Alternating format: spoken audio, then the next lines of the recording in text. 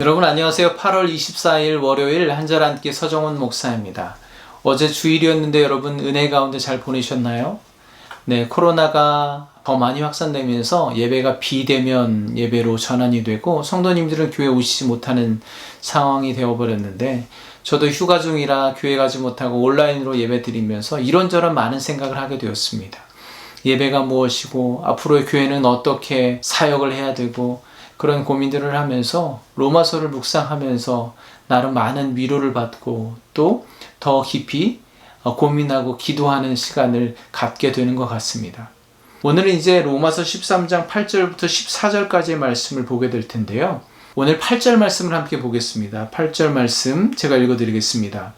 피차 사랑의 빛 외에는 아무에게든지 아무 빚도 지지 말라. 남을 사랑하는 자는 율법을 다 이루었느니라. 앞부분에 있는 말씀을 중심으로 묵상을 해봤습니다. 피차 사랑의 빛 외에는 아무에게든지 아무 빚도 지지 말라. 피차 서로 사랑하는 것 말고는 아무 빚도 지지 말라라고 말씀하고 있습니다.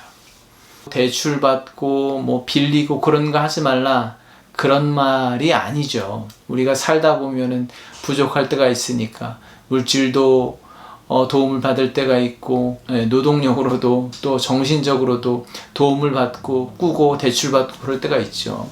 네. 그런데 바울이 말하고자 하는 것은 그게 돈이든 노동이든 정신적인 것이든 누군가에게 빚을 졌으면 당연히 그 빚을 갚아야 되는 거죠.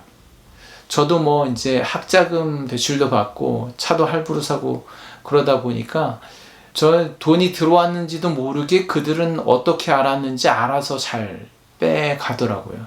그러다 보니까 그 빚을 갚는데 제가 얽매이게 되는 거죠. 어쩔 수 없이. 빚을 진 자는 그 빚을 준 사람에게 얽매일 수밖에 없는 자유하지 못하는 상황에 놓이게 되는 것입니다. 돈을 빚졌으면 돈으로 갚아야 하는 것이고 누군가 나에게 품앗이를 해줬으면 나도 가서 품앗이를 해줘야 되는 거죠. 그러면 여러분 만약에 사랑의 빚을 졌으면 어떻게 해야 될까요? 사랑으로 갚아야 되는 거죠. 바로 그것입니다. 사랑에 빚진 자는 사랑으로 갚아야 되는 것입니다. 그러면 앞에서 말씀드린 것처럼 사랑에 빚진 사람은 그 사랑에 얽매일 수밖에 없는 거예요. 갚아야 하니까. 그 사랑에서 자유할 수 없게 되는 거죠. 바울이 말하고자 하는 것은 바로 그것입니다. 결론적으로 말씀드리면 예수 믿는 사람들은 예수 그리스도의 사랑에 빚진 자들입니다. 그렇기 때문에 당연히 그 사랑의 빚을 갚아야 하는 거죠. 바울은 다른 모든 얽매인 것에서 자유하라고 말씀하잖아요. 주의 성령이 계신 곳에는 자유함이 있느니라 라고 선포하잖아요. 그런데 딱 한 가지 사랑하는 데 있어서만큼은 자유가 없다. 예수 그리스도의 사랑을 받은 자들은 저와 여러분은 예수 그리스도의 사랑을 받았습니다. 그래서 그 사랑을 갚아야 할 의무가 있습니다. 그 사랑에 얽매여 있고 그 사랑에 구속되어 있는 사람들입니다. 그런데요, 하나님은 이렇게 말씀하시는 거예요. 내가 너를 사랑한단다. 내가 내 독생자 아들을 아낌없이 내어줄 정도로 내 생명을 포기할 정도로 너희를 사랑한단다. 그 사랑을 잊으면 안 돼. 그 사랑을 꼭 갚아야 해. 그런데 네가 아무리 노력을 해도 네가 가진 모든 사랑을 동원해서도 그 사랑을 갚을 수가 없어. 그런데 그 사랑을 갚을 수 있는 방법을 알려줄게. 그것이 무엇이냐면 내 이웃을 사랑하는 거야. 내게 받은 사랑을 내 이웃에게 갚아 라고 말씀하시는 거죠. 그게 바로 우리 믿는 자들이 살아내야 할 새로운 삶의 방식입니다. 그게 율법을 성취하는, 완성하는 방법입니다. 여러분 기억하시죠? 한동안 매일 암송했었던 로마서 주제 말씀 1장 16절, 17절 말씀 바로 앞에 1장 14절, 15절에서 바울은 이렇게 말씀합니다. 로마서를 쓰게 된 목적과도 같은 말씀인데요. 헬라인이나 야만인이나 지혜 있는 자나 어리석은 자에게 다 내가 빚진 자라.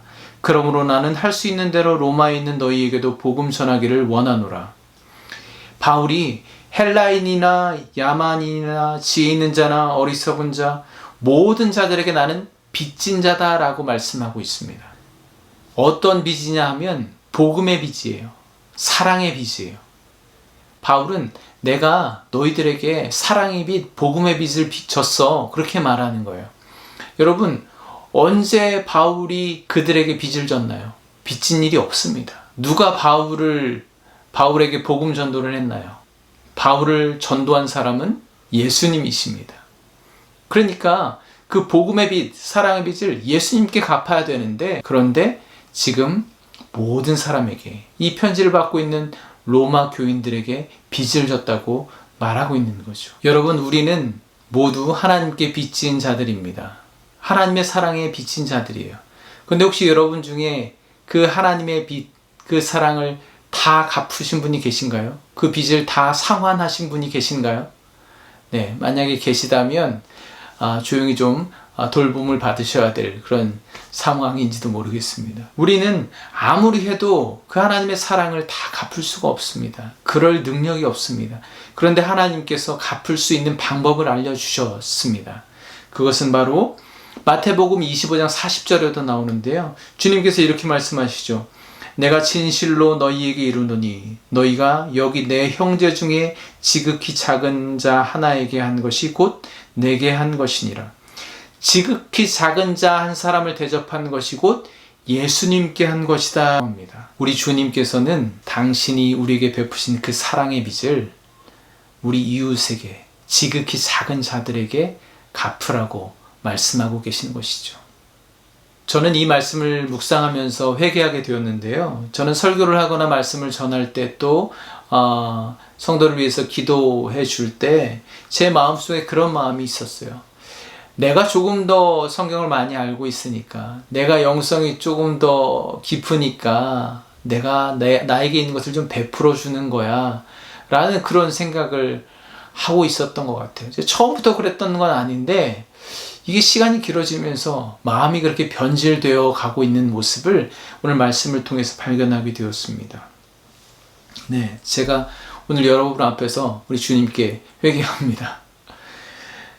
바울은요, 빈부에 처할 줄도 알고 또 여러 고난을 당하면서도 그것으로부터 얽매이지 않았습니다. 자유한 사람이었습니다.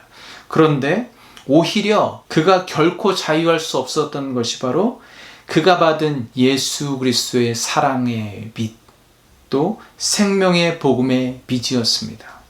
그는 주께 받은 그 사랑의 빚, 복음의 생명의 빚을 이방인들에게 갚기 위해서 죽기까지 빚진 자로 살아냈던 사람이었습니다.